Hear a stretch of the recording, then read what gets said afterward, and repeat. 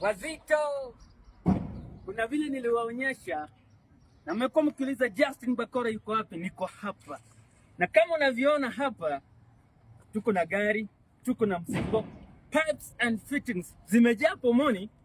Tunaelekea wapi? Rudhigiti. Na nilikwambia tunakuja nyumbani. Hii mali inajulikana kama West Pipes za Brown. Vile vile tuko na West Pipes za Grey, tuko na PPR. Vile vile tuko na conduits. PPR ziko hapa. Cheki hapa ma hose pipe clear venye zimekujazia hapa. Then of course hapa unaona fittings kadha wa kadha.